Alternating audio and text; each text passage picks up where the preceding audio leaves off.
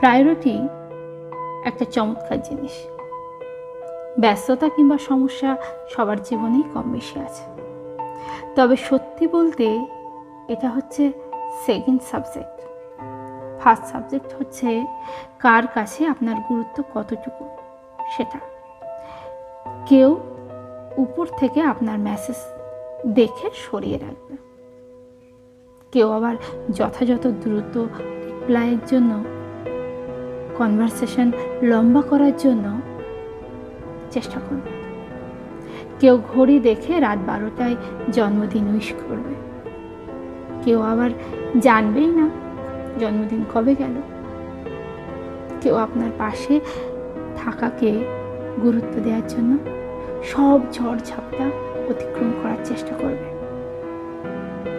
আবার কেউ সরে আসার জন্য কারণ খুঁজে খুঁজে বার করবে। যাই বলি না কেন, দিন শেষে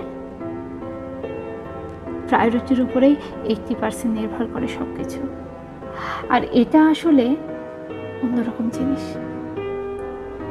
কেউ না চাইলেও দেয়, আবার কেউ চাইলেও দেয় না। যারা আমাদের কদর করে, প্রায়োরিটি দেয়, তারা সব সময় ভালো থাকুক আর আমাদের জীবনে থাকুক। যারা অবহেলা করে তারাও ভালো থাকুক তাদের মতো করে। আপত্তি কিংবা অভিযোগ নেই।